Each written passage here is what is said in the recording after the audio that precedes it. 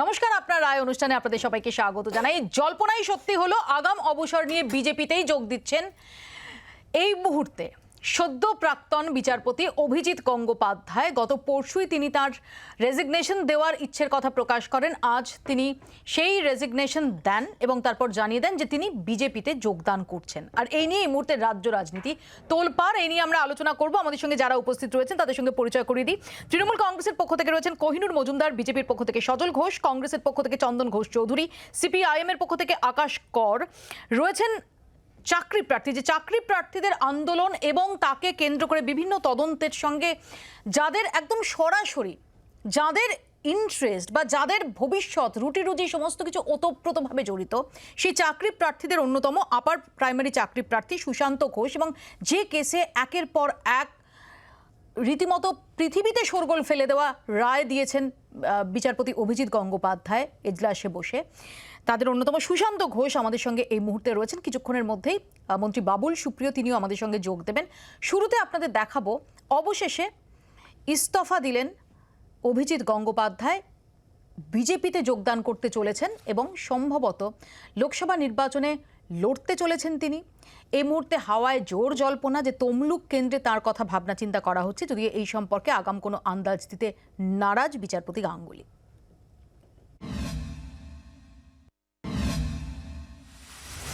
লোকসভা ভোটের মুখে আচমকাই আগাম অবসরের ঘোষণা।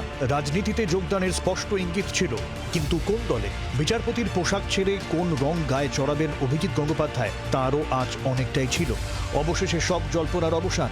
বিচারপতি পদে সরকারিভাবে ইস্তফা দিয়েই পদ্ম শিবিরে নাম লেখাচ্ছেন অভিজিৎ গঙ্গোপাধ্যায়। আনুষ্ঠানিক যোগদান সম্ভবত 7ই মার্চ। কোন কেন্দ্রে প্রার্থী ঠিক করবে দল। আমি ভারতীয় জনতা পার্টিতে যোগ দিচ্ছি এবং এই যোগদানটা আমি শীঘ্রই করব, সম্ভবত 7 তারিখে। কোন সিট থেকে আমি লড়াই করব সে সম্বন্ধে সিদ্ধান্ত নেবেন বিজেপির ওপর মহলে যে ইলেকশন কমিটি আছেন তারা। বিজেপিতে যোগদানের কথা জানিয়েই তৃণমূলকে কড়া ভাষায় আক্রমণ সদ্য অবসরপ্রাপ্ত বিচারপতির। তৃণমূল বলে যে দলটি আছে সেটা সম্পূর্ণ একটি দুষ্কৃতীদের দল। এটাকে কোনো পলিটিক্যাল পার্টি বলে আমি মনে করি না। আমি পলিটিক্যাল পার্টি বলে তৃণমূলকে মনেই করি না। তৃণমূল একটা যাত্রা পার্টি, তাদের যাত্রাপালার নাম হচ্ছে মা মাটি মানুষ। বিচারপতি থাকাকালীন নিয়োগ দুর্নীতি মামলায় কার্যত তার জন্যই নাম জড়িয়েছে অভিষেক বন্দ্যোপাধ্যায়।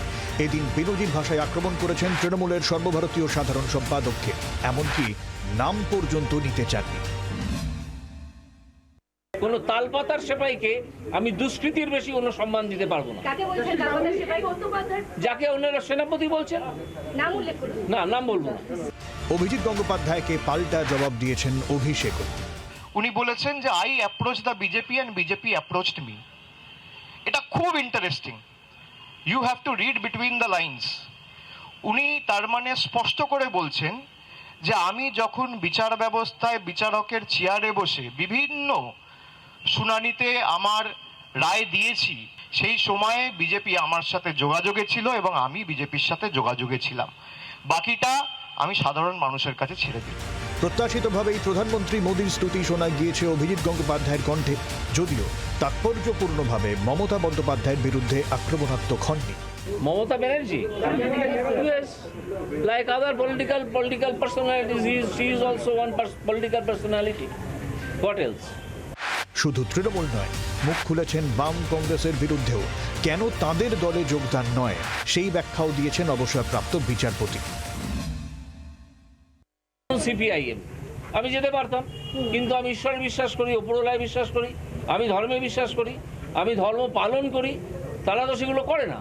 কংগ্রেস একটা দল যেটা বহুদিন ধরেই একটা পরিবারের জমিদারি।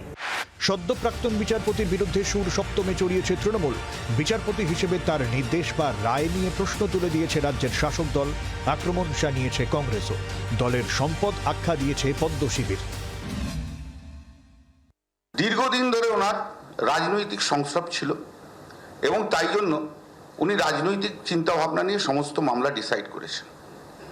ওনার যত জাজমেন্ট বা অর্ডার দিয়েছে তার 85% মামলা হয় ডিভিশন বেঞ্চ, না হলে সুপ্রিম কোর্ট, সেটা সাইড করে দিয়েছে। ও নিজের ক্যারিয়ার তৈরি করার জন্য শুভেন্দু অধিকারী পাটা ধরে নিয়েছে। এই যে জজ মনে করছে যে টেবিল চেয়ারে বসে উকিলদেরকে একবার ধমকাচ্ছে, পুলিশকে একবার ধমকাচ্ছে, কত ধানে কত চাল রাজনীতিতে, আর তার আবার বিজেপির মতো রাজনীতিতে आराम से बुझते पारबे। आदमी अगर किसी भी पार्टी में जाए तो पार्टी के लिए एसेट है, तो बीजेपी में आ रहे हैं एसेट बनेंगे वो। বিচারপতির চেয়ারে বসে দুর্নীতির বিরুদ্ধে কার্যত জিহাদ ঘোষণা করেছিলেন অভিজিৎ গঙ্গোপাধ্যায়। চাকরি প্রার্থী থেকে আমজনতার অনেকেই তাঁকে কার্যত ঈশ্বরের আসনে বসিয়েছিলেন। এবার এজলাস ছেড়ে জনতার আদালতে তমলুক কেন্দ্রে বিজেপির প্রার্থী হতে পারেন বলে তীব্র জল্পনা। রাজনীতির ময়দানে অভিজিৎ গঙ্গোপাধ্যায়ের কেরিয়ার কোন দিকে মোড় নেয় তার দিকে নজর থাকবে রাজনৈতিক পর্যবেক্ষকদের। ব্যুরো রিপোর্ট, জি24 ঘন্টা। আর অবসর নেওয়ার পর যে এক্সক্লুসিভ সাক্ষাৎকার তিনি দিয়েছেন জি24 ঘন্টাকে, আমাদের সহকর্মী অর্ণবাংশু নিয়োগীকে কি বলেছেন তিনি আপনাদের শোনাবো। সদ্য প্রাক্তন হয়েছেন বিচারপতি অভিজিৎ গঙ্গোপাধ্যায় এবং ইস্তফা দেবার পর আমাদের মুখোমুখি হয়েছেন। আপনাকে 24 ঘন্টায় স্বাগত। সদ্য আপনি প্রাক্তন হয়েছেন, এমনি নতুন একটা জগতে প্রবেশ করছেন রাজনীতিতে, আপনি কিছুক্ষণ আগে বললেন। কিভাবে ফিল্ডটাকে দেখছেন? বৃহত্তর স্বার্থ কতটা স্কোপ আছে আপনার? প্রচুর স্কোপ আছে। মানুষকে রাজনীতি বিমুখ করে তোলা হয়েছে, যার ফলে রাজনীতিতে দুর্বৃত্তদের প্রবেশ এবং রাজনীতিতে তাদের নিয়ন্ত্রণ কায়েম হয়েছে বহুদিন। সিপিএমের লোকেরা ছিল সেই অর্থে অনেকটা ডেডিকেটেড এবং অনেক বেশি রাজনীতি মনস্ক এবং একেবারে যাকে বলে প্রফেশনাল রাজনীতিবিদ। তারা বাম দলে যাবার কোনো ভাবনা আপনার মনে কোনোদিন জেগেছিল যে বামের দলে যাবেন? না, কোনোদিন জাগেনি। যদিও বাম দলের বহু মানুষ, খ্যাত অখ্যাত বহু মানুষ, তাদের সঙ্গে আমার পরিচয় ছিল এবং আছে, কিন্তু আমি কখনো বাম দলের যাওয়ার কথা ভাবিনি। কারণ বাম দলের সঙ্গে আমার একটা ফান্ডামেন্টাল ডিফারেন্স আছে। সেটা হচ্ছে আমি উপরওয়ালায় বিশ্বাসী, আমি ধর্ম পালন করি, আমি নিজেকে হিন্দু ভাবতে একেবারেই লজ্জাবোধ করি না, বরং গর্ববোধ করি। মুসলমানকেও ভালোবাসি, খ্রিস্টানদেরও ভালোবাসি, তাদের যা যা কন্ট্রিবিউশন সোসাইটিতে সেটাও আমি স্বীকার করি। তাহলে বিজেপিতে যাওয়ার কারণটা কি? বিজেপিতে যাওয়ার কারণ হচ্ছে যে সেখানে ধর্ম, ঈশ্বর, ডান রাজনীতিতে, দক্ষিণপন্থী রাজনীতিতে যা থাকে সেগুলোর পাশাপাশি একটা পলিটিক্যাল ফিলোসফি আছে, যেখানে মানুষের জন্য ভাবনা আছে। আজকে হয়তো অনেকেই বলবেন যে বিজেপি শুধু বড় লোকদের জন্য করে, তো সে আমরা দেখেছি বাম দল কীভাবে টোডি ইত্যাদিদের জন্য করত, বিভিন্ন সুবিধে দিত। এই কথাগুলো হচ্ছে সম্পূর্ণ ওপর কথা। একটা রাজ্য চালাতে হলে বা একটা রাষ্ট্র চালাতে হলে এমন অনেক কাজ করতে হয় যেখানে বণিকদের বিভিন্ন সুবিধে দিতে হয়, যেমন কৃষকদের বিভিন্ন সুবিধে দিতেই হবে, বণিকদেরও সুবিধা দিতে হয়। বাঙালির আজকে এই রাজনীতি বিমুখতার জন্যে দুর্বৃত্তরা রাজনীতিটাকে দখল করে নেয়, ফলে বাংলার অধঃপতন হতে থাকে ক্রমাগত, যেটা বাংলার হওয়ার কথাই নয়। তো সেই বাংলাকে এবার তুলে আনতে হবে, তুলে ধরতে হবে। এটা আমার ইচ্ছে যে বাংলা আবার ভারতবর্ষের প্রথম 3টে রাজ্যের মধ্যে চলে আসবে। আশা করি বিজেপি যদি শাসন ক্ষমতায় আসে সেটাকে আনা যাবে, কিছু প্রকৃত পরিকল্পনার রূপায়ণ করা যাবে, টাকা চুরিচামারি না করে। তাহলে আমার মনে হয় বছর 5-এর মধ্যে বাঙালি আবার পুরনো জায়গার অনেকটা পুনরুদ্ধার করতে পারবে। বিজেপিতে আসার মানে আগে আপনি যোগাযোগ করেছেন না বিজেপি যোগাযোগ করেছে আপনার সাথে? দুপক্ষই যোগাযোগ করেছে, দুপক্ষই কমন ফ্রেন্ডস, কমন জানাশোনা ছিল, যোগাযোগ করেছে। কিন্তু আমি বিজেপিতে যাওয়ার সিদ্ধান্তটা নিয়েছি অল্প কয়েকদিন আগে, তার আগে কোনো সিদ্ধান্ত নিইনি। মমতা বন্দ্যোপাধ্যায় আর মোদির মধ্যে যদি দেখা যায় তাহলে কাকে কত নাম্বার এগিয়ে রাখবেন এবং কেন এগিয়ে রাখবেন? মোদি 100, মমতা 0.75। মোদির সঙ্গে তুলনীয় নয়। মমতা ব্যানার্জি এমনকি জ্যোতি বসুর সঙ্গেও তুলনীয় নয়। তাই না? মমতা ব্যানার্জির ফাইটিং স্পিরিট, মমতা ব্যানার্জি বিরোধী রাজনীতি চালিয়ে নিয়ে যাওয়া একা মার খেয়ে, এটাকে আমি প্রশংসা করেছি। আরেকটি নাম আসে তৃণমূলে, অভিষেক বন্দ্যোপাধ্যায়, তাকে নিয়ে আপনার কি মতামত? অভিষেক বন্দ্যোপাধ্যায় কে? অভিষেক বন্দ্যোপাধ্যায় কে? আমি জানি না, আমার কাছে এসব নাম করবেন না, আমি এসব নাম উচ্চারণও করি না। কেউ কেউ সেনাপতি বলে কাউকে বলেন, অভিহিত করেন, আমি তো তালপাতার সেপাই ছাড়া কিছু দেখি না, ফুঁ দিলে উড়ে যাবে। সে জোরালো ফুঁটা এখনও পায়নি, অপেক্ষা করুন, পেয়ে যাবেন। সেনাপতি, তালপাতার সেপাই দেখা যাবে। ডায়মন্ড হারবারে দাঁড়ালে আপনার কি মনে হয়, যদি আপনার ডায়মন্ড হারবার দাঁড় করানো হয় তাহলে আপনি কি চ্যালেঞ্জ, কতটা ফাইট দিতে পারবেন? ফাইট ডায়মন্ড হারবার দাঁড়ালে আমি জিতবো। ডায়মন্ড হারবারে দাঁড়ালে আমি 2 লক্ষ ভোটে জিতবো অন্তত, কারণ তার পাশ থেকে যে তার দুর্বৃত্ত যে স্যাঙাতরা ভোট লুট করে তাদেরকে সরিয়ে দেওয়ার ব্যবস্থা করব। আর সেটা সরে গেলে উনি আর কিচ্ছু থাকবেন না, জিরো, পিক জিরো। বলা হয় যে ডায়মন্ড হারবার হচ্ছে মডেল, যেখানে মানুষ সব সুযোগ সুবিধা পাচ্ছে। ঘোড়ার ডিমের মডেল, ঘোড়ার ডিমের মডেল, কিছু মডেল না, বললাম তো, আমার উত্তর এটাই, ঘোড়ার ডিমের মডেল। বিচারপতি গঙ্গোপাধ্যায়, সদ্য অবসর নেওয়া বিচারপতি অভিজিৎ গঙ্গোপাধ্যায়, আমি কোহিনুরের কাছেই শুরুতে আসি। কোহিনুর, তিনি প্রথমত মমতা বন্দ্যোপাধ্যায় সম্পর্কে এখনো তিনি শ্রদ্ধাশীল, সেই বার্তাই দিচ্ছেন, কিন্তু তিনি চূড়ান্তভাবে অভিষেক বন্দ্যোপাধ্যায় তাকে যে তিনি পছন্দ করছেন না, তার প্রত্যেকটা শব্দ এবং শব্দ বন্ধে সেটা স্পষ্ট। তিনি তার নামটা শুনতে অবধি আগ্রহী নন এবং তিনি বলছেন যে যদি ডায়মন্ড হারবারে তিনি দাঁড়ান তাহলে 2 লক্ষ ভোটে জিতবেন। তুমি অ্যাঙ্কার হেসো না, কিন্তু মুচকি মুচকি হাসছো। এটা দেখুন, এটা জোক। দিনের শেষে দাঁড়িয়ে আমি লাইটার নোটে শুরু করতে চাই না।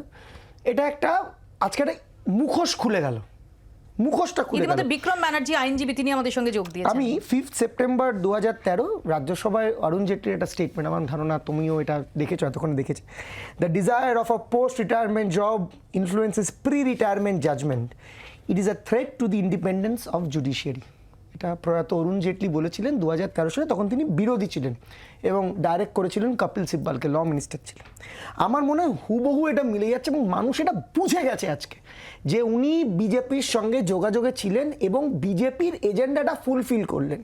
আজকে গোটা দিন আমি কোনো দিন, এতদিন তো জয়েন্ট দেখেছি আমরা, তৃণমূলে থেকে বিজেপিতে গেছে, বিজেপি থেকে তৃণমূলে এসছে, অন্য দল থেকে অন্য দলে গেছে, কিন্তু মৌপিয়াদি বিশ্বাস করো এই প্রথম হই হই দেখলাম যে একজন মানুষ বিজেপি থেকে বিজেপিতে জয়েন করলো বলে সারাদিন মিডিয়া কাভারেজ পেল।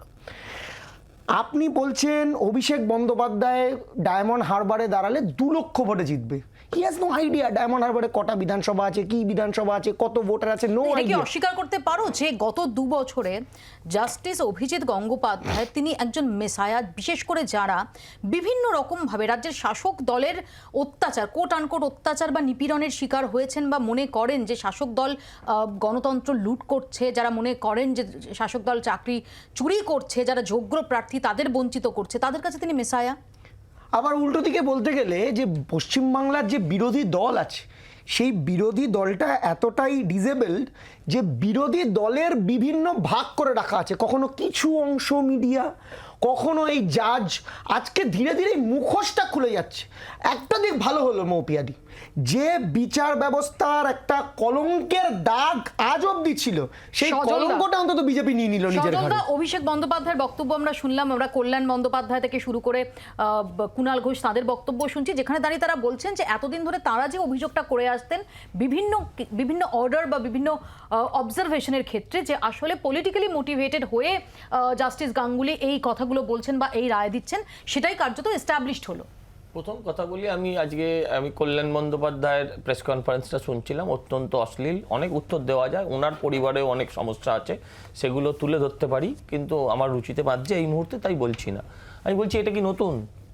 এই গভর্নমেন্টের আমলে নূরে আলম চৌধুরী, তাকে তো এরা মন্ত্রী করেছিল, তার সব কি জাজমেন্ট বাতিল করা হয়েছিল নাকি? নূরে আলম চৌধুরীকে এরা তো মন্ত্রী করেছিল।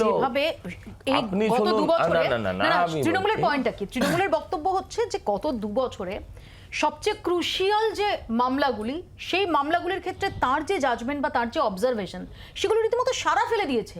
চাকরি প্রার্থীরা তারা মেসায়া দেখেছেন, সাধারণ মানুষ যারা ভরসা রেখেছেন শুধুমাত্র জুডিশিয়ারিতে তারা মেসায়া দেখেছেন। কোনো কুলিং অফ পিরিয়ড নেই এবং এই মুহূর্তে দাঁড়িয়ে তিনি সব তার অবজারভেশনের বেশিরভাগ যার বিরুদ্ধে গেছে, অভিষেক বন্দ্যোপাধ্যায়কে কোর্টে যেতে হয়েছে এবং তারপর তার সুপ্রিম কোর্টের নির্দেশে তার হাত থেকে মামলা সরেছে। এই হেন অভিষেক বন্দ্যোপাধ্যায় সম্পর্কে তিনি রাজনীতিতে পা দিয়েই, এমনকি দলে আনুষ্ঠানিক যোগদানের আগে তিনি তার যে ক্ষোভ উগরে দিচ্ছেন, যেটা থেকে তৃণমূল মনে করছে যে এটা তাদের ডিভিডেন্ড দিচ্ছে, তাদের যে পয়েন্টগুলো সেগুলো প্রুফ করা যাচ্ছে না। আমি প্রথম কথা বলছি, এতে কিছু প্রুফ হচ্ছে না। আপনি বলুন যেগুলো বিষয়গুলো উনি জাজমেন্ট দিয়েছেন সেই বিষয়গুলো নিয়ে আপনি অন্তত 100 টকশো করেছেন এবং 100 টকশোতেই আপনি তাকে সমর্থন দিয়েছেন যে এটা ঠিক, যেটা বলছেন এটা সঠিক, প্রায় 100তে। আমার বক্তব্য হচ্ছে এই যে কল্যাণ বন্দ্যোপাধ্যায় বললেন যে জাজমেন্টগুলো সব রিটার্ন এসছে, পুরোটা উনি মিথ্যা কথা বললেন। কিছু জাজমেন্ট অল্প কিছু সময়ের জন্য স্টে হয়েছিল, কারণ অন্যরা বলেছিল সময় অভাব আছে, এক্ষুনি করে দিতে হবে। তার ফলে তখনকার মতন সাময়িক স্টে হলেও পরবর্তীকালে সেগুলো আবার তার বেঞ্চেই ফিরে এসছে, বেশিরভাগটাই এক আধটা ছাড়া। অতএব এগুলো যেগুলো বলছেন এগুলো সম্পূর্ণ মিথ্যাচার। এবং আমি আপনাকে বলছি যে উনি যখন থেকে বসেছেন তারপর থেকে ঘটনাক্রমে ওই মামলাগুলো ওই আদালতেই উঠেছে, ওনার আদালতে, ওনার এজলাসে উঠেছে। ফলে খুব স্বাভাবিকভাবে উনি যে জাজমেন্টগুলো দিয়েছেন সেই, হ্যাঁ এটা বলতে পারেন যে জাজমেন্টের ধরন আলাদা ছিল, ওনার অবজারভেশনগুলো হয়তো একটু বেশি মারাত্মক ছিল। আপনি বলুন না, জজ পাল্টেছে, হাকিম পাল্টেছে, কিন্তু হুকুম পাল্টাচ্ছে না। আজকেও সিবিআই রাতে চলে গিয়েছে আপনার শাহজাহানের মামলাটা। অতএব তিনি যে জাস্টিসগুলো দিচ্ছিলেন, তিনি যে রায়গুলো দিচ্ছিলেন, সেই রায়তে কিন্তু কোনো পরিবর্তন হয়। আমি আসবো সজলদা, আমি একটু আকাশের কাছে আসবো, কারণ আমরা দেখতে পাচ্ছি বিজেপি তাদের যথেষ্ট উৎসাহিত হওয়ার জায়গা রয়েছে, কারণ জাস্টিস গাঙ্গুলির মতো একজন ব্যক্তিত্ব তাদের দলে যোগ দিচ্ছেন। তৃণমূল কংগ্রেস তারা অন্যভাবে উৎসাহিত হচ্ছে, তারা মনে করছে যে এতদিন ধরে তারা যে অভিযোগ করে আসছিল সেই অভিযোগের সারবত্তা প্রমাণিত হচ্ছে, তাই তাদেরও হাসি মুখ দেখা যাচ্ছে। কিন্তু মুখ ম্লান যাদের দেখা যাচ্ছে তাদের অন্যতম হচ্ছে আকাশরা, কারণ আকাশরা এতদিন যেটা মনে করতেন যে জাস্টিস গাঙ্গুলি তিনি বাম মনস্ক এবং তার মধ্যে মেসায়াত বাম মানুষরা তারাও পেতেন। আজকে জাস্টিস গাঙ্গুলি সরাসরি জানিয়ে দিয়েছেন যে বাম তো নয়, তিনি বিজেপিতে যোগদান করছেন এবং তার কারণও তিনি বলেছেন তিনি একজন আস্তিক মানুষ, তিনি ঈশ্বরে বিশ্বাস করেন, ধর্মে বিশ্বাস করেন, তাই তিনি সিপিআইএম করার কথা ভাবতেই পারেন না। যদিও তার ফ্যামিলিতে অনেকেই সিপিআইএম করতেন, কিন্তু তিনি কখনো করেননি, করার কথা ভাবেন না। তাহলে উনিও যখন ভাবেননি কখনো সিপিএম করার কথা, আমাদেরও কাউকে আপনি বলতে শুনেননি যে উনি সিপিএম এ যোগ দিচ্ছেন, তাহলে ভেবেছিলটা কি? বইমেলায় যখন বাম বুক স্টলে তিনি গেছেন তখন বামেদের মধ্যে উৎসাহের বন্যা বয়ে গেছে, আমাদের সোশ্যাল মিডিয়ায় ঝড় উঠেছে। যুবশক্তি স্টলে গত বেশ কয়েক বছর ধরে আমি দেখি কুণাল ঘোষকে, কি বই পড়তে জানুন জানি না, দোলা সেনকে, তো এরা তো সবাই সিপিএম এ যোগ দিচ্ছে, সুতরাং এগুলো কথা না, কথাটা। আর উনিও যে যুক্তিটা দিয়েছেন, এখন কি বলবো আমি, আমাদের পার্টিতে বিকাশ রঞ্জন ভট্টাচার্যের পায়ের কাছে বসে এখন উনি শুভেন্দু অধিকারীর পায়ের তলায় বসে দুর্নীতির বিরুদ্ধে লড়াই শিখবেন। সুসঙ্গ থেকে অনেকেই কুসঙ্গে যান, সেটা নতুন কথা না। আমাদের কথাটা হচ্ছে যে দেখুন, এই চক্করে পশ্চিমবাংলার রাজনীতি যেটা মুশকিল হয়েছে সেটা হচ্ছে এই ধরনের হেডলাইনের চক্করে আসল ইস্যুগুলো অনেক সময় ডাইলুটেড হয়ে যায়। আসল ইস্যুটা হচ্ছে দুর্নীতি, আসল ইস্যুটা হচ্ছে নিয়োগ দুর্নীতিতে যা হয়েছে তার বিচার হবে কি হবে না। আপনি যে বলছিলেন তৃণমূল খুব উৎসাহিত হচ্ছে যে ওই মামলাগুলো যে সব গন্ডগোল হয়ে গেছে, গন্ডগোল করে দেওয়া হয়েছে, এটা পশ্চিমবাংলার মানুষকে তারা বোঝাতে পারবে। আমার কথা হচ্ছে আডবাণীর কথাটা কোহিনুর বললো, আমি ভাবছিলাম এটা বলবো, অরুণ জেটলির কথা, কিন্তু আমার কথা হচ্ছে শুধু তো বিচারক না নিরপেক্ষ হন না, আরও তো অনেকেই নিরপেক্ষ হন। মনীশ গুপ্ত রাজ্যের মুখ্য সচিব ছিলেন, তৃণমূলে পরে যোগ দিয়েছিলেন, তাহলে এখন ধরে নিতে হয় মনীশ গুপ্ত তৃণমূলের সাথে যোগাযোগ রেখেছিলেন বলে ওই 21শে জুলাইতে ওরা যা দাবি করে গুলি চালানো হয়েছিল তৃণমূলের কথায় হয়েছিল, এগুলো বোকা বোকা কথা। আমি একটা কথা বলে নিচ্ছি শুধু, আমার কথাটা হচ্ছে এইটুকুই, সেটা হচ্ছে যে ধরে নিলাম অভিজিৎ গাঙ্গুলির ব্যাপারটা এরকম ছিল, তৃণমূলের নেতা তো অভিজিৎ গাঙ্গুলি না, পার্থ চট্টোপাধ্যায় জ্যোতিপ্রিয় মল্লিককে দল থেকে সরিয়েছে কারা? তৃণমূলের নেতৃত্ব সরিয়েছে, তার মানে দুর্নীতির অভিযোগেই সরিয়েছে। সুতরাং এইটা এখন বাইপাস করলে হবে না, অনেক কথা আসতে পারে। সবাইকে একটু বিরত করছি। আমাদের সঙ্গে এই মুহূর্তে সরাসরি যোগ দিয়েছেন রাজ্যের মন্ত্রী, তৃণমূল কংগ্রেস মুখপাত্র বাবুল সুপ্রিয়। আমি সরাসরি বাবুলের কাছে চলে যাব। বাবুল, জি 24 ঘন্টার স্টুডিও থেকে মৌপিয়া আপনাকে স্বাগত জানাচ্ছি। বাবুল, আমরা দেখতে পাচ্ছি যে জাস্টিস গাঙ্গুলি তিনি তার ইস্তফার সিদ্ধান্ত জানানোর পর থেকেই রীতিমতো শ্লেষাত্মক টুইট আসছে যেখানে জাস্টিস গঙ্গোপাধ্যায়ের আগে একটা ইনও তুমি বসিয়ে দিচ্ছ, ইনজাস্টিস গঙ্গোপাধ্যায়, কেন?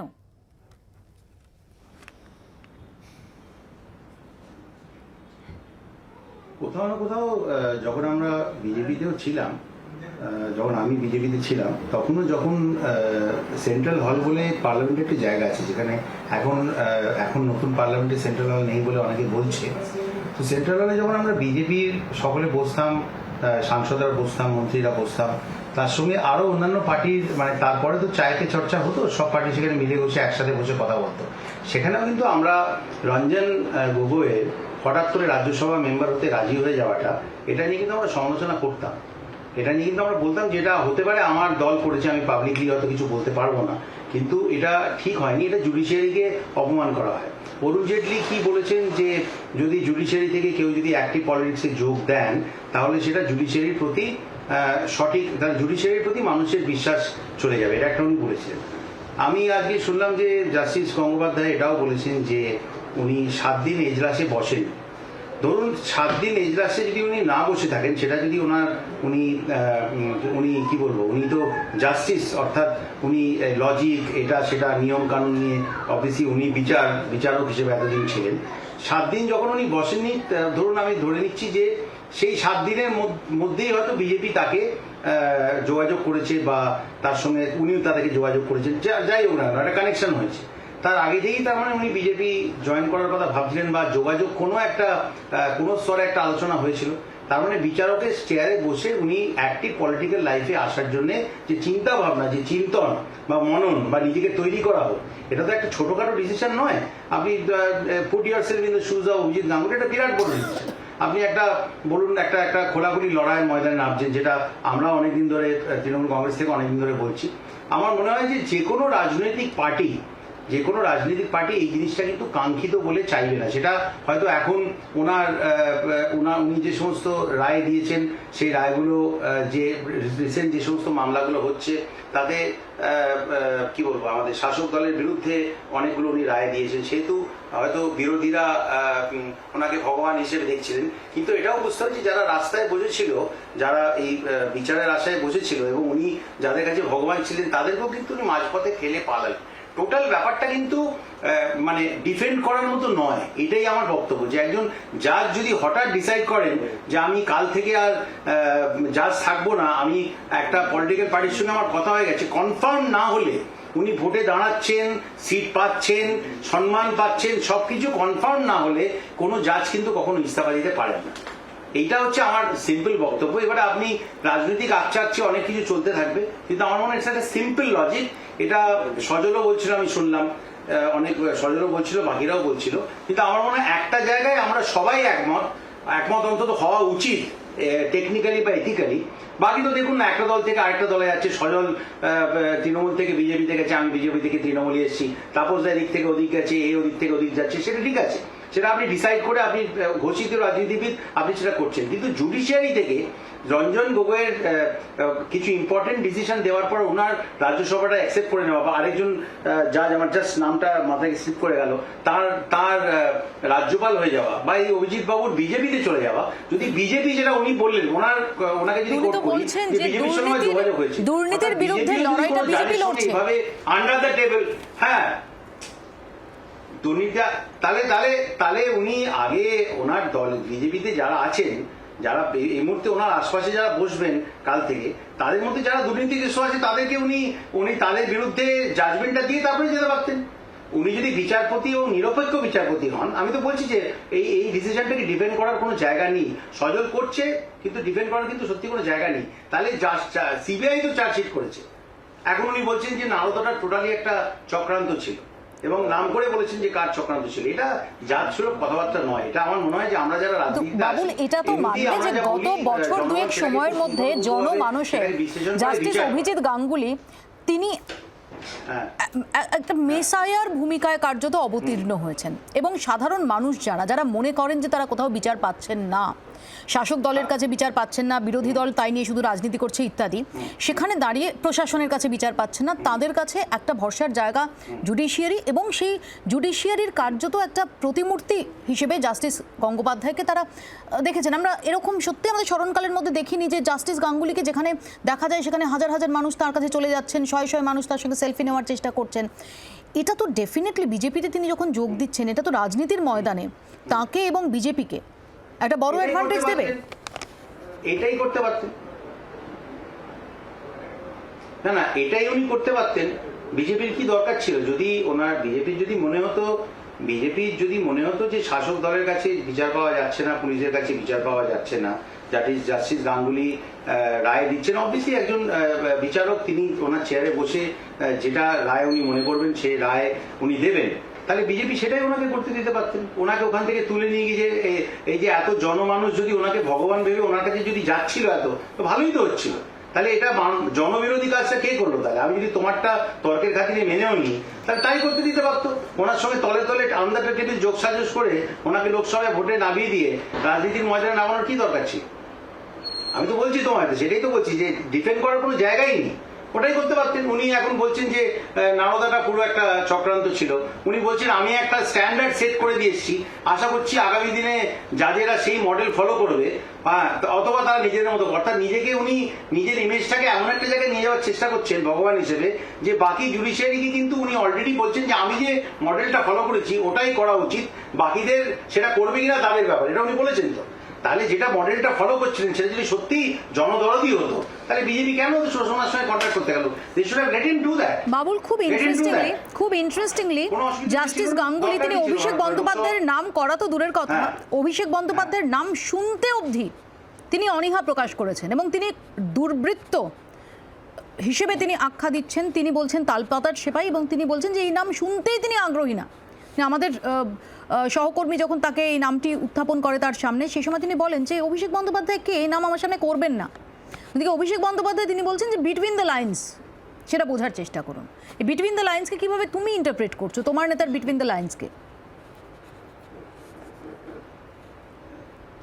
এখন উনি রাজনৈতিক নেতা, উনি বরাবরই যা বলতেন, সিটে বসেও যা বলতেন, সেটা আমরা সবাই জানি যে সুপ্রিম কোর্টও বলেছে যে একটা সিটিং জাজ টিভিতে ইন্টারভিউ দিচ্ছে, এটা কখনোই কাঙ্ক্ষিত নয়। এটা তো অস্বীকার করার কোনো জায়গা নেই, এটা তো সুপ্রিম কোর্ট বলেছে যে এটা কাঙ্ক্ষিত নয়, this is not what should be done. ওনাকে চিঠিও লেখা হয়েছে সে সঙ্গে।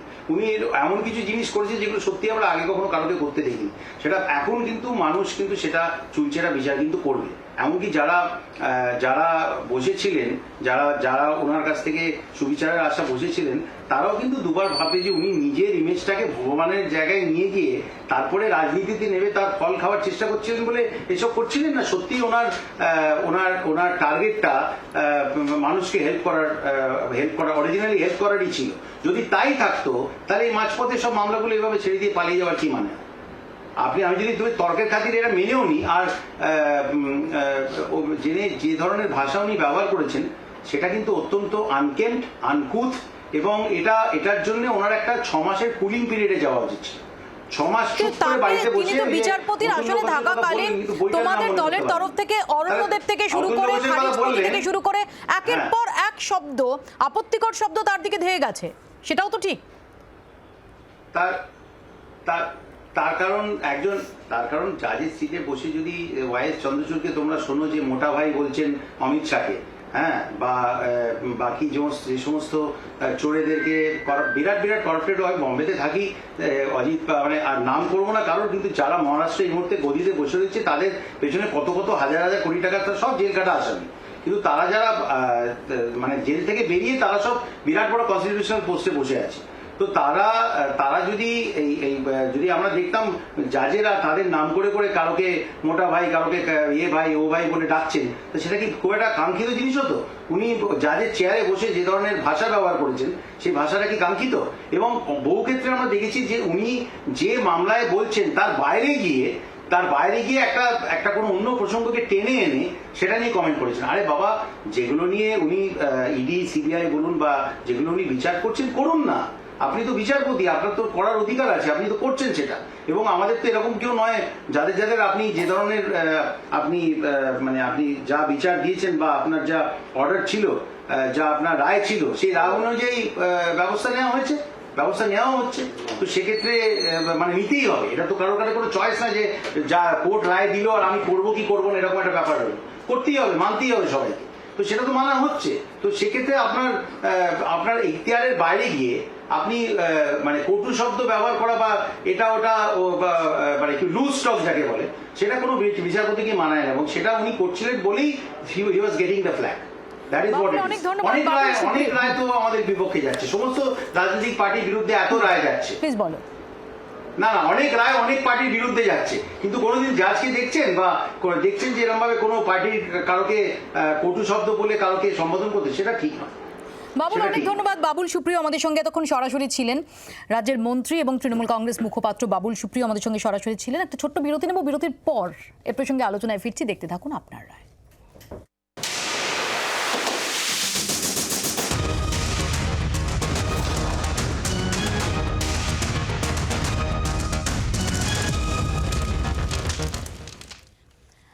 ফিরে এলাম বিরতির পর। যাদের কাছে তিনি মেসায়া, যাদের কাছে তিনি ভগবানের স্বরূপ হয়ে উঠেছিলেন, সে চাকরি প্রার্থীরা তারা কি ভাবছেন? আমি সুশান্তর কাছে আসবো। সুশান্ত, জাস্টিস গাঙ্গুলি তার রাজনীতির ময়দানে আসা এবং তার বিজেপিতে যোগদানের সিদ্ধান্ত, এটাকে আপনারা কিভাবে দেখছেন? দেখুন, একটা অদ্ভুত বিষয় যে আমরা যারা ধর্ণামঞ্চে রয়েছি, কলকাতা তিলোত্তমার গান্ধী মূর্তি বা মাতঙ্গিনী হাজরার মূর্তি পাওয়া দিয়েছে, বা যারা আমরা রাজপথে মিছিলে হাঁটি, গত 1-2 বৎসরে আমরা একটা প্ল্যাকার্ড লক্ষ্য করেছি, বিচারের বাণী নীরবে নিবিদে কাঁদি। এই প্ল্যাকার্ডটা কিন্তু আগে ছিল না। আমরা দেখছি আপার প্রাইমারি যে নিয়োগ প্রক্রিয়া দীর্ঘ 10 বৎসর 30শে জানুয়ারি পূর্ণ হলো, আজ 34 দিন অতিক্রান্ত, যেখানে রাজ্য সরকারের অধীনে শিক্ষা দপ্তর শূন্যপদ ঘোষণা করেছে 14,339, কিন্তু সেই শূন্যপদে মাননীয় মুখ্যমন্ত্রী 3 ঘোষণা করেছেন 16, 21, 23 নিয়োগ হয়নি একজনও। আমাদের মেধা তালিকা প্রকাশ হয়েছে, কাউন্সিলিং হয়েছে। আমরা যদি এত ডিটেইলস নিয়ে আমরা চর্চা তো করি, আমি যেটা বলতে যাচ্ছিলাম সে বিষয়টা হচ্ছে কি, যেখানে সরকার ব্যর্থ হয়েছে, এবার বিচার ব্যবস্থায় 14ই মার্চ 2019 সালে সেটা মামলা হয়, সেই নিয়োগ প্রক্রিয়া 11 ডিসেম্বর 2020 বাতিল হয়, 31শে জুলাই 2021-এর মধ্যে 6 মাসের নিয়োগ করতে বলা হয়, সেই নিয়োগ হয়নি। আজও মামলা 60টি এজলাস, 5টি সিঙ্গেল বেঞ্চ, তারপরে 5 নম্বরে রয়েছে বিভিন্ন ডিভিশন বেঞ্চ ঘোরাফেরা করে এখনও মামলা বিচারাধীন। কিন্তু যে বিষয়টা বলছিলাম সেটা হচ্ছে আমাদের গণতন্ত্রের সাংবিধানিক স্বীকৃতি রয়েছে, প্রথমে রাজ্য সরকার সেই বিষয়টা দেখে, তারপর অধীনে শিক্ষা দপ্তর প্রশাসনিক মহল, তারপর জাস্টিস অভিজিৎ গঙ্গোপাধ্যায় তার রাজনীতির ময়দানে আসা ওয়েলকাম করছো কি করছো না? Please come too. আমি সেটাই বলতে যাচ্ছি, আজকে যেখানে সরকার ব্যর্থ হয়, যেখানে শিক্ষা দপ্তর চুরি অধীনে আধিকারিক জেলে থাকে, যেখানে ঘুঘুর বাস্তা শিক্ষা দপ্তর পরিণত হচ্ছে, যেখানে একাধিক অভিযোগ রয়েছে, সেখানে সর্বশেষ যারা যোগ্য মেধাদের চাকরি প্রার্থীদের একটাই ভরসা, সেটা হচ্ছে বিচারালয়। সেই বিচারালয় যদি কালো পোশাক করে কোনো আইনজীবী রাজনীতি সুপ্ত করে বা বিচারপতিরা যে সুপ্ত রাজনৈতিক বাসনা নিয়ে সেই বিচারালয়কে কলঙ্কিত করে, তারপর রাজনীতিক ময়দানে চলে আসে, সেটা কখনোই কাম্য নয়। আমি যেটা বলতে চাচ্ছি, আপার প্রাইমারি 10 বছর সরকার যেমন নিয়োগ করেনি, শিক্ষা দপ্তরে একেবারে দুর্নীতি করেছে, তারা যেমন জেলে রয়েছে, ঠিক একইভাবে কালো পোশাক করে আইনজীবীরা রাজনীতি করেছে। পাশাপাশি বলতে বাধ্য হচ্ছি, আজ এটা আমাদের না বললেই নয় যে বিচারপতিরা সুপ্ত রাজনীতির পক্ষপাত নিয়ে বিচার করেছেন। সুশান্ত, তোমরা মনে করছো যে এক্ষেত্রে জাস্টিস গাঙ্গুলি তিনি রাজনৈতিক উদ্দেশ্য প্রণোদিতভাবে কাজ করেছেন? কেন, আপার প্রাইমারি নিয়োগ তার অ্যাড্রেসে ছিল, তিনি যে রায় দিয়েছেন তার সাথে চ্যালেঞ্জ হয় একাধিক বেঞ্চ করে। যখন আমরা দেখলাম যে মাননীয় বিচারপতি ডিভিশন সোমেন সেন যে তিনি 25শে জানুয়ারি বললেন যে আগামী 30 জানুয়ারি 31 জানুয়ারি চূড়ান্ত শুনানি শেষ করে আমি মামলা রায় দিব, সেই সময় তিনি সংঘাত করলেন। আজকে একক বেঞ্চ যেমন ডিভিশন বেঞ্চ, সেই সংঘাতে ধরুন শিক্ষামূলক মামলা তার বেঞ্চ থেকে সরানো হয়, যেই মামলা সিবি হতে যাচ্ছিল, যে মামলার দীর্ঘ 10 বছর পর কতগুলো বেঞ্চ ঘোরার পর চূড়ান্ত রায় হতে যাচ্ছিল, সেদিন সেই মামলা সরে গেলেন। আমরা 30শে জানুয়ারি হাইকোর্টে প্রধান গেটে বসেছিলাম, আমরা বলেছিলাম এই মুহূর্তে বিচার ব্যবস্থা প্রশ্নের সম্মুখীন, আজকে তা প্রমাণিত। আমরা সেদিন আপনার ক্লিপ থাকতে পারে, আপনারাও প্রতিবেদন প্রকাশ করেছেন, 30শে জানুয়ারি যেদিন মাননীয় বিচারপতি সোমেন সেন সংঘাতে ধরুন ব্যক্তিগত মানসম্মানের খাতিরে আমাদের মামলা থেকে সরে দাঁড়ান, আমরা সেদিন আদালতে দাঁড়িয়ে বলেছিলাম যে বিচার ব্যবস্থা প্রশ্নের সম্মুখীন, আইনজীবীর পাশাপাশি বিচার ব্যবস্থাকে রাজনীতিক সুপ্ত করছে, আমরা যারা কাম্য নয়। আমি একটু বিক্রমের কাছে আসি, এক সেকেন্ড। বিক্রম, বেশ কিছু এই নিয়োগ দুর্নীতি সংক্রান্ত বেশ কিছু ক্রুশিয়াল মামলা, সেই ক্রুশিয়াল মামলার সঙ্গে আপনি ভীষণভাবে জড়িত, আপনি তার আইনজীবী হিসেবে আপনি রয়েছেন। এই অবস্থায় দাঁড়িয়ে জাস্টিস গাঙ্গুলি তার বিচারপতির পদে ইস্তফা এবং রাজনীতির ময়দানে আসা, এটাকে আপনি কিভাবে দেখছেন? এটা কি জুডিশিয়ারির জন্য একটা লস? আমি এইভাবে দেখছি যে what is our loss is what politics gain, পলিটিশিয়ানরা গেন করেছেন, যেটা আমাদের লস। কারণ একজন ভালো বিচারপতি হাইকোর্ট ছেড়ে তিনি রাজনীতিতে জয়েন করেছেন, রাজনীতি গেন করবে, কিন্তু আমরা এই হাইকোর্টের একজন বিচারপতি আমাদের চলে গেল। তবে এটা ঘটনা, বিচারপতি যায়, বিচারপতি আসে, অনেক সময় বেঞ্চ চেঞ্জ হয়। তো আপনারা দেখবেন চিফ জাস্টিস এখন বর্তমানে প্রায় বিগত 15-20 বছর ধরে ম্যাক্সিমাম চিফ জাস্টিসই বাইরের রাজ্যের থেকে এসেছেন। আমাদের রাজ্যের কেউ চিফ জাস্টিস হয়েছেন কম, জাস্টিস করগুপ্ত সাহেব ছিলেন বা জাস্টিস জ্যোতির্ময় ভট্টাচার্য ছিলেন, এই রাজ্যের চিফ জাস্টিস কম, সবসময় বাইরের রাজ্য থেকে আসে। সুশান্ত যে কথাটা বলছে ও নিজের আবেগ থেকে বলছে, এবং আমি এটা মনে করি ও ভাবছে যে ওর প্যানেলে নাম আছে, ওর চাকরি হয়ে যাবে, এই বিষয় নিয়ে বলছে। কিন্তু এইটা সঠিক কথা হলো না। যদি কোনো বিচারপতি কোনো রায়ে আপনার মনে হয়ে থাকে যে এটা ভুল রায় হয়েছে, সঠিক রায় হয়নি, আপনি যান না, ডিভিশন বেঞ্চ রয়েছে, ডিভিশন বেঞ্চে সব সমস্যা রয়েছে, আপনি সুপ্রিম কোর্টে যান। কিন্তু আপনাকে আমি একটা কথা বলতে পারি, আপনি বলছেন সবই ঠিক আছে, যদি কোনোভাবে কোনো ভুল প্যানেলে কারোর চাকরি হয় না, চাকরি যাওয়ারও সম্ভাবনা থাকে। কারণ আপনি মামলা করতে পারেন, আপনি মামলার রায়ের জন্য অপেক্ষা করতে পারেন, কিন্তু পরবর্তীকালে যদি কোনো সময় দেখা যায় যে প্যানেলে কোনো গন্ডগোল আছে বা কোনো কিছু আছে, তাতে আপনার এন্টায়ার প্রসেসও সিলেকশন ক্যান্সেল হতে পারে। এবং আপনারা যারা মামলা করছেন, আমরা প্লিজ এই টেকনিক্যালিটিজের বাইরে বেরিয়ে প্লিজ, আমি বিক্রম এবং সুশান্ত দুজনকেই বলছি, এটা নির্দিষ্টভাবে একজন সুশান্তর চাকরি বা তার টেকনিক্যালিটিস নিয়ে নয়, এটা হচ্ছে যে এটা যে পারসেপশন, এই যে পারসেপশন, চাকরি প্রার্থীরা জাস্টিস গাঙ্গুলির মধ্যে তাদের মেসায়াকে পেয়েছিলেন, সেই জায়গায় কি কোথাও কোনো চিরের আশঙ্কা সেটা হতে পারে? দেখুন, জাস্টিস গাঙ্গুলির এজলাস থেকে তো প্রচুর মানুষের চাকরি হয়েছে, এটা তো অস্বীকার করার কোনো জায়গা নেই। শুধু জাস্টিস গাঙ্গুলির এজলাস থেকে হয়েছে আমি কথা বলছি না, জাস্টিস সমাপ্তি চ্যাটার্জি বলুন, এর আগে জাস্টিস দীপঙ্কর দত্ত ছিলেন, এর আগে জাস্টিস বিশ্বনাথ সমাদ্দার ছিলেন, অনেকের এজলাস থেকেই হয়েছে। কিন্তু একটা জিনিস মাথায় রাখতে হবে, যেসব জজ সাহেবের এজলাস থেকে চাকরি যাদেরকে হয়েছে তাদের কিন্তু মামলা নিয়ে কোনো ডিসপিউট নেই, মানে ডিভিশন বেঞ্চ বা সুপ্রিম কোর্টে গিয়েও কেউ ডিসপিউট হয়নি। আমি সেটাই বোঝাতে চাইছিলাম।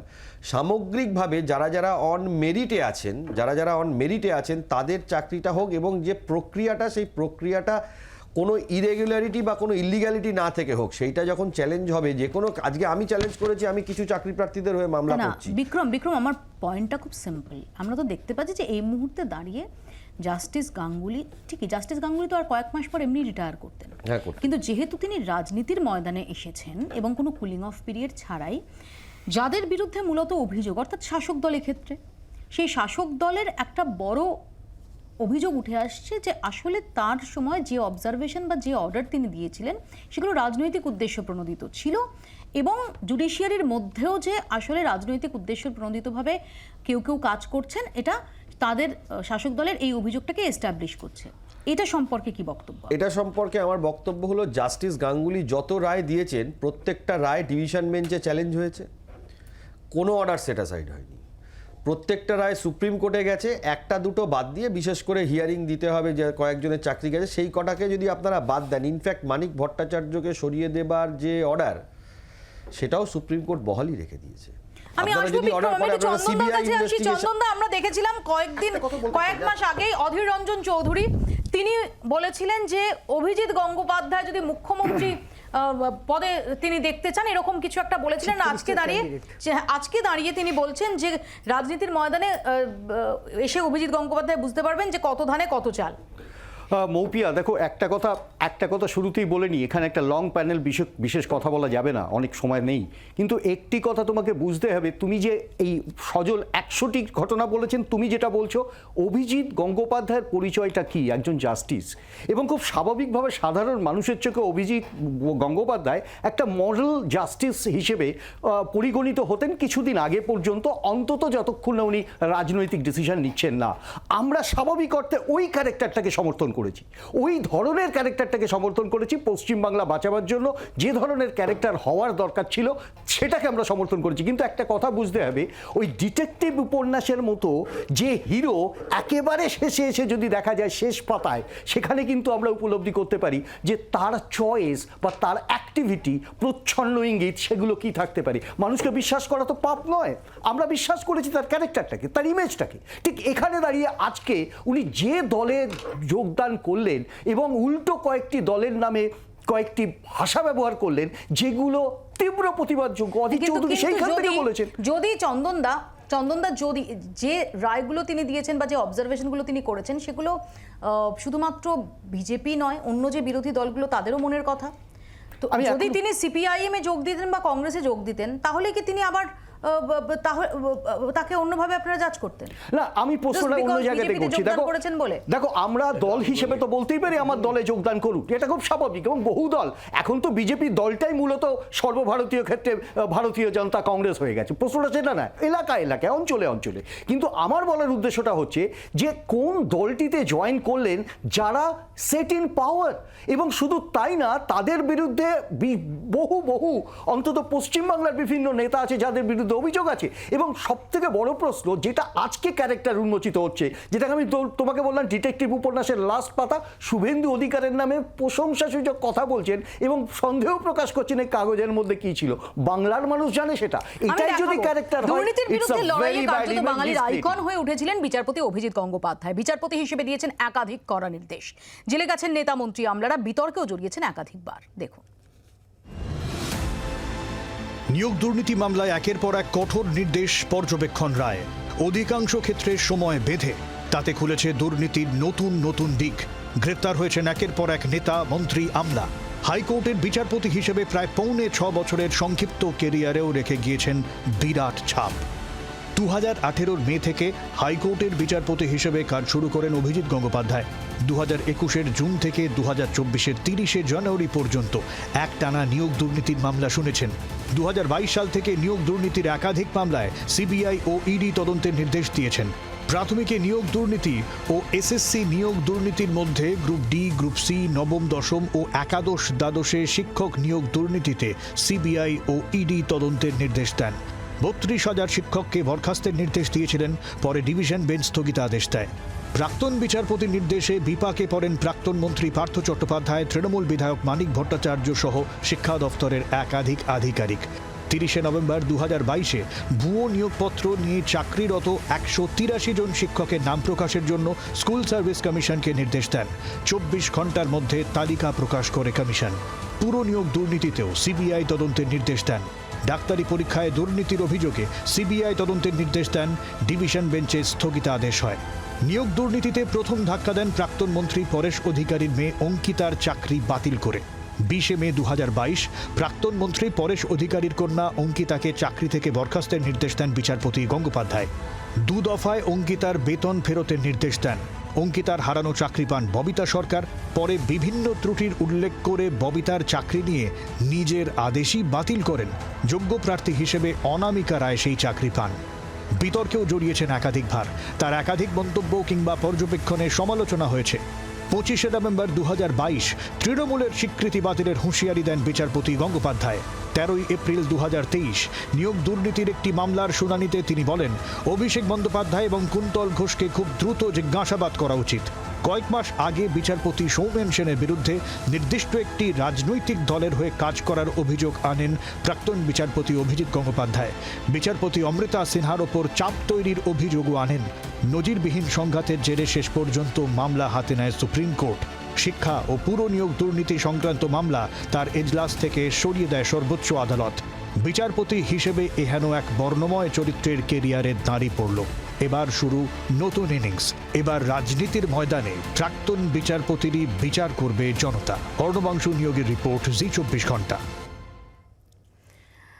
ছোট্ট একটা বিরতির পরে প্রসঙ্গে আলোচনায় ফিরছি, দেখতে থাকুন আপনারা।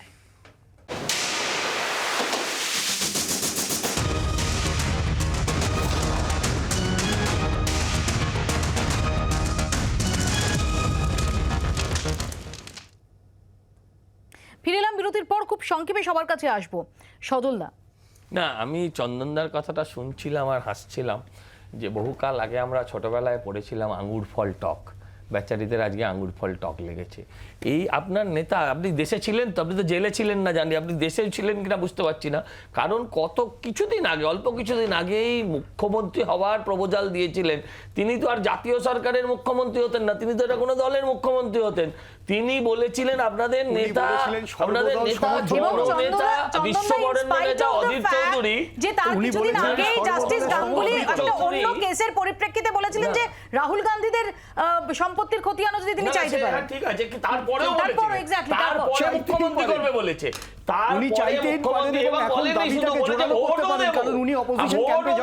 আগে ভালো করে জেনে আসুন, চন্দনদা ভোট দেবে বলেছে অজিতদা। আপনি আগে দেখুন, অত বড় জননেতা ভোট দেবে বলেছে, আপনি না জেনেই বলে দিচ্ছেন।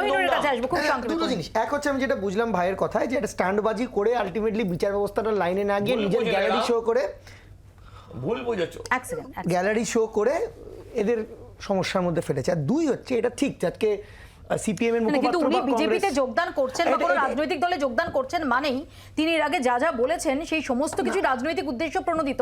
এতটা সরলীকরণ কিভাবে হয়? এটা উত্তর দেবো, তাহলে এটা বলে দিই যে আজকে চন্দনদা বা সিপিএম একটু দুঃখের, কারণ কি এটা ব্র্যান্ড হয়ে গেছিল, এটা প্রোডাক্ট হয়ে গেছিল। অকশন ছিল উইনিং প্রবাবিলিটি, মনে হয়েছে বিজেপি হয়েছিল, তার জন্য কথা বলার মাঝখানে 2 মিনিট তো দিয়েছে ভাই, তুমি বলছো আমার দুঃখটা তো আমাকে বুঝতে দাও। ঘটনা হচ্ছে তুমি তোমাদের অকশনে বিজেপি পেয়ে গেছে, তোমাদের দুঃখগুলো যাদের দুঃখ পড়ে আছে। দেখুন, অভিষেক বন্দ্যোপাধ্যায় বলে দিয়েছিলেন যে এইখানে দাঁড়িয়ে তিনি আগে যোগাযোগ রেছিলেন, BJP approach to me, I approach BJP. আগে যোগাযোগ ছিল এবং পরিষ্কার ভাষা যে এই যোগাযোগের মধ্যে থেকে বিটুইন দ্য লাইনস মানুষেরা বুঝে নেবে যে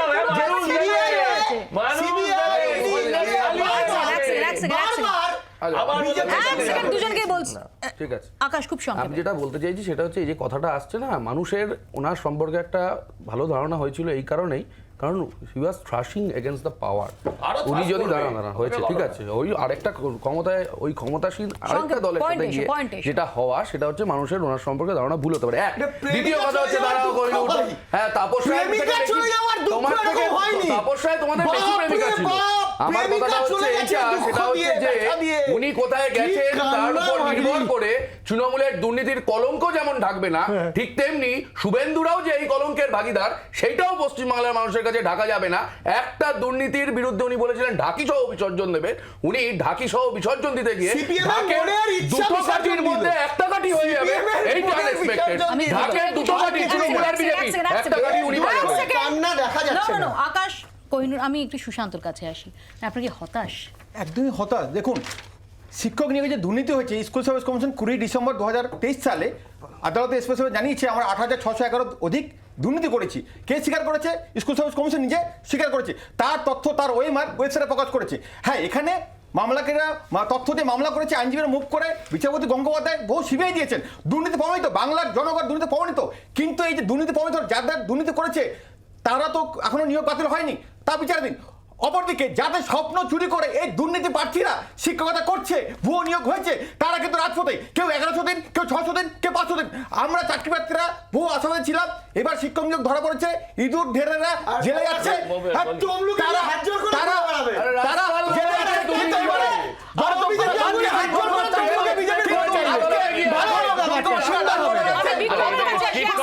বিক্রম, ঠিক এই জায়গাটা আমার প্রশ্ন। বিক্রম যেমনটা বলছিলেন যে আজকে জাস্টিস গাঙ্গুলি তিনি যে রাজনৈতিক দলে যান না কেন, তার মানে তিনি যা বলেছেন বা যা অর্ডার দিয়েছেন বা যা অবজারভেশন তার, সেই সমস্ত কিছু রাজনৈতিক উদ্দেশ্য প্রণোদিত বা সমস্ত কিছু আসলে তার সারবত্তা নেই, এমনটা বলার কোনো জায়গা নেই। কিন্তু আমরা জানি যে পারসেপশন একটা খুব ইম্পর্টেন্ট জিনিস এখানে দাঁড়িয়ে। যেহেতু আমরা জানি অনেকগুলো ক্রুশিয়াল মামলা বিভিন্ন এজলাসে চলছে এবং শুধুমাত্র জাস্টিস গাঙ্গুলির নয়, অতি সম্প্রতি আমরা কখনো বিচারপতিদের, অন্তত আমার সাংবাদিক জীবনে এত বেশি করে, এত প্রবলভাবে এবং ধারাবাহিকভাবে শিরোনামে উঠে আসতে দেখিনি। তিনি অমৃতা সিনহা হন, তিনি অন্য বিচারপতিরা হন, তাদের বিষয়ে যেভাবে উঠে আসছে, কোথাও দাঁড়িয়ে কি সার্বিকভাবে এই ঘটনা, এই জাস্টিস গাঙ্গুলির রাজনীতিতে যোগদান, এটা কোথাও ছায়াপাত করতে পারে এই পারসেপশনে?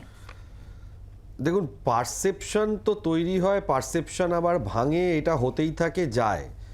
আদালত চলে হলো রেকর্ডের ওপরে, কথার বিভিন্ন ডকুমেন্টসের ওপরে এটা এই যে পারসেপশন যেটা বলছেন বিচারপতিকে সাম্প্রতিককালে দেখা যায়নি, ভারতবর্ষের ইতিহাস ঘাটলে দেখা যাবে প্রচুর বিচারপতি আপনার রাজনীতিতে নেমেছে। এমনকি চিফ জাস্টিস অফ ইন্ডিয়া ছিলেন একজন বিচারপতি, তিনি রেজিগনেশন দিয়ে প্রেসিডেন্ট নির্বাচনে দাঁড়িয়েছিলেন, আলটিমেটলি হেরে গিয়েছিলেন। এই ঘটনা ভারতবর্ষে বহুতবার ঘটেছে। হ্যাঁ, এইটা বলতে পারেন যে সিটিং বিচারপতি বা পশ্চিমবাংলায় প্রথমবার রেজিগনেশন দিয়ে তিনি নির্বাচনে নামছেন, কিন্তু এর আগে পশ্চিমবাংলায় জাস্টিস নূরে আলম চৌধুরীও কিন্তু গিয়েছিলেন। এবার পারসেপশন তৈরি হয়েছে, পারসেপশনটা দেখুন ডেফিনেটলি তিনি একটা বিচার করছিলেন এবং বিচারে যে মামলার মেটেরিয়ালগুলো এসেছিল সেই মেটেরিয়ালগুলো এতটাই স্ট্রং মেটেরিয়াল ছিল যে তিনি অর্ডার দিয়েছেন। হ্যাঁ, তিনি অনেক কড়া অর্ডার দিয়েছেন এবং তিনি টাইম বাউন্ড অর্ডার দিয়েছেন। প্রত্যেকটা ব্যক্তির এক একজন ব্যক্তির এক এক রকম স্টাইল অফ ফাংশনিং হয়। এই সেম মামলা আপনি যদি দেখেন আরেকটা ডিভিশন বেঞ্চে গেছে, জাস্টিস সুব্রত তালুকদারের নেতৃত্বাধীন ডিভিশন বেঞ্চ, ওনার মামলা গিয়েছিলেন জাস্টিস তপব্রত চক্রবর্তীর নেতৃত্বাধীন ডিভিশন বেঞ্চ, বর্তমানে আরেকটা ডিভিশন বেঞ্চে হিয়ারিং চলছে, সুপ্রিম কোর্টে হিয়ারিং হয়েছে। সব জায়গাতেই কিন্তু আপনি দেখবেন ম্যাক্সিমাম জায়গাতেই কিন্তু করাপশনের যে লেভেলটা উঠে এসেছে। ধন্যবাদ। দুর্নীতির বিরুদ্ধে লড়াইয়ের কথা বলে বিজেপিতে যোগদান করতে চলেছেন জাস্টিস অভিজিৎ গঙ্গোপাধ্যায়। সবকিছু ঠিকঠাক থাকলে 7ই মার্চই তার বিজেপিতে আনুষ্ঠানিকভাবে যোগদানের সম্ভাবনা। সত্যি কি রাজনীতির ময়দানে বিচারপতি গঙ্গোপাধ্যায় তিনি তার এই যে ভাবমূর্তি, এই যে আনকম্প্রোমাইজিং আপোষহীন যে ভাবমূর্তি, সেটা তিনি বজায় রাখতে পারবেন, নাকি রাজনীতির যে দশচক্র সেখানে ভগবানকেও ভূতে পরিণত হতে হবে? তার উত্তর লুকিয়ে রয়েছে ভবিষ্যতের এই গর্ভে। আপাতত আপনারা এখানেই শেষ করছি, দেখতে থাকুন জি 24 ঘন্টা। বাংলার আওয়াজ, বাঙালির আবেগ, জি 24 ঘন্টা।